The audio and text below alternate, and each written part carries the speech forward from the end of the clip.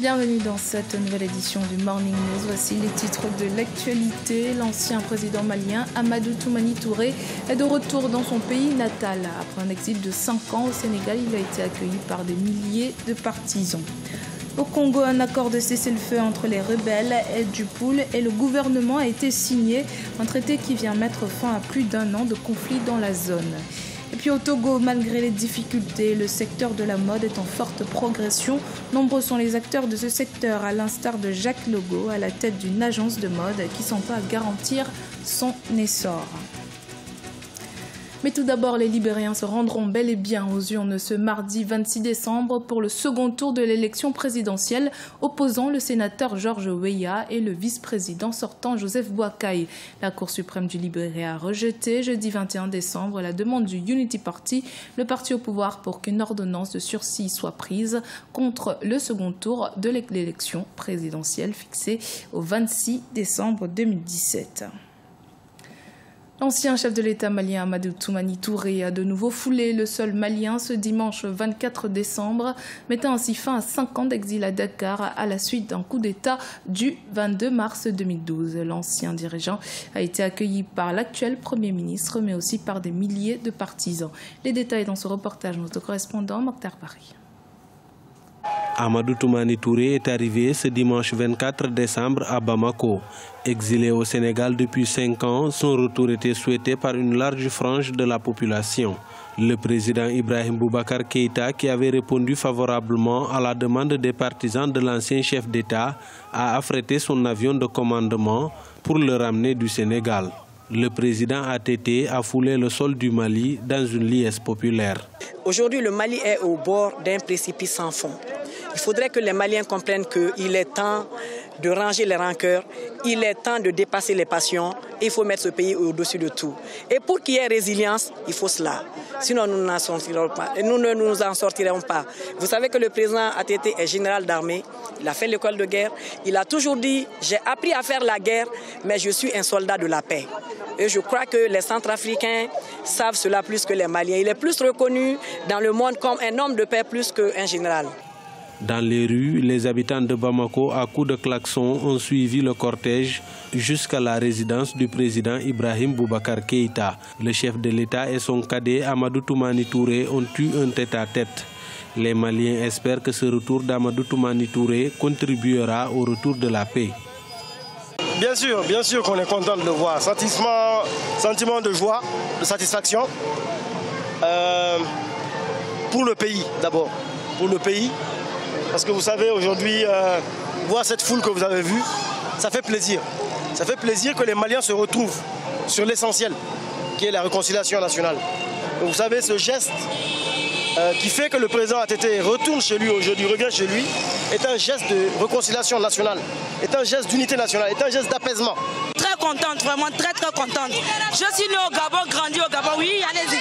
Je suis née au Gabon, grandi au Gabon. C'est à cause de ATT que nous sommes à Bamako ici. Quand il est allé au Gabon, il a réuni tous les Tungarangais du Gabon, soit disant que lui il veut qu'on sache qu'on est d'ici. C'est à cause de ATT que nous on est ici à Bamako en ce moment.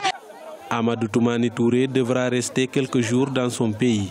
Une visite dans sa ville natale de Mopti, dans le centre du pays, est aussi envisagée. Cette région est en proie aux attaques terroristes du Front de libération du Massina de Amadou Koufa.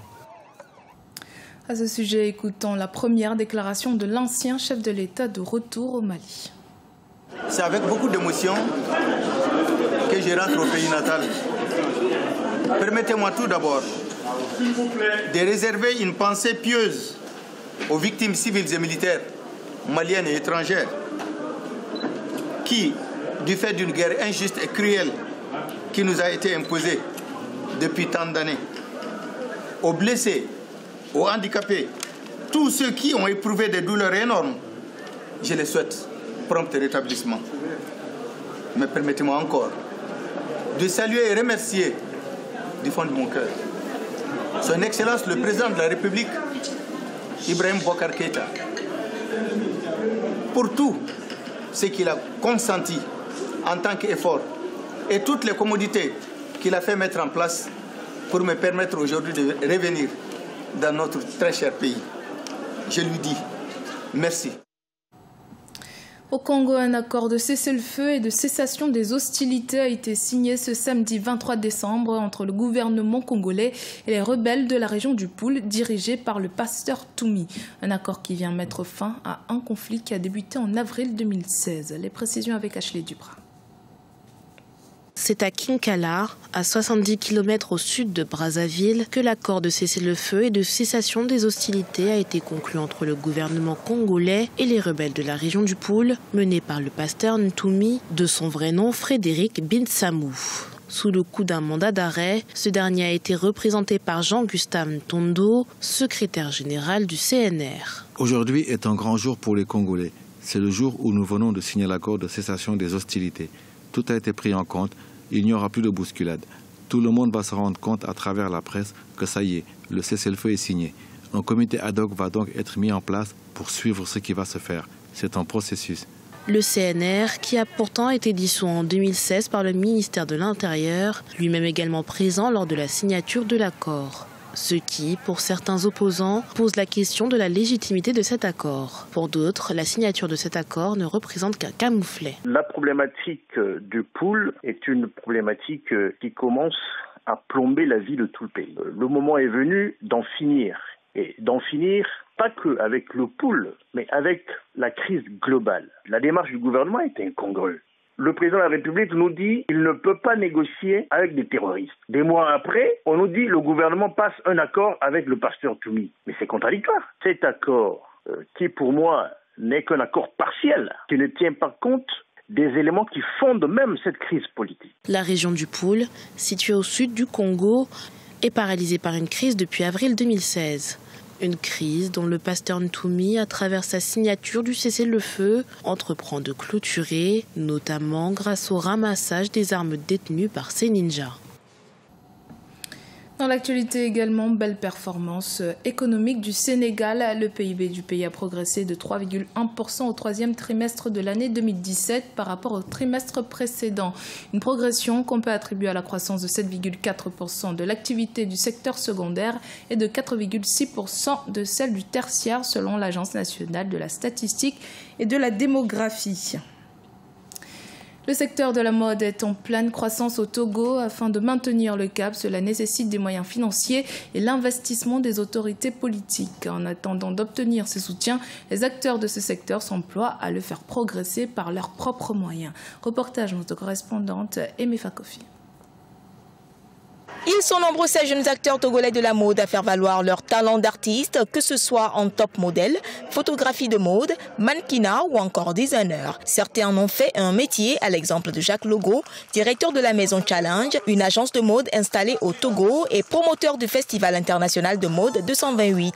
Si le domaine de la mode ces dernières années connaît un début de succès au Togo, il mérite d'être davantage soutenu pour s'imposer à l'international. La mode togolaise est en pleine croissance parce qu'aujourd'hui on voit la création de nouvelles agences, on voit que les jeunes designers arrivent maintenant à percer, aussi les photographes de mode, tout ça arrive maintenant à se perfectionner. Et je dirais, je lance un appel tout simplement aux sponsors de nous aider, de donner la confiance et de nous sponsoriser parce que sans ça, on ne pourra rien du tout. L'une des écoles de couture qui fait parler d'elle dans la sous-région est Eamod Ayanik, qui forme de nombreux jeunes désireux de faire carrière dans le métier. Combaté Sylvain a bénéficié de cette formation.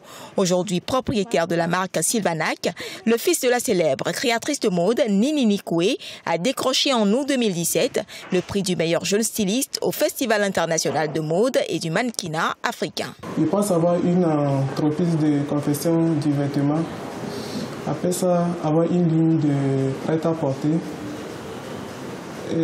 organiser et participer à des événements de mode, que ce soit au Togo ou à l'international, de pouvoir faire des voyages, de parfaire mon savoir et à être compétitif. La mode est un vecteur de la culture d'un pays. Pour parvenir à un meilleur développement de ce secteur au Togo, il faut une véritable industrie de mode qui peine à se mettre en place. Le gouvernement est appelé à faire preuve d'une réelle volonté politique afin d'encourager les amoureux de la mode à s'imposer hors des frontières togolaises. C'était le journal de la rédaction. Merci de votre fidélité. Dans un instant, une nouvelle édition de l'actualité sur Africa 24.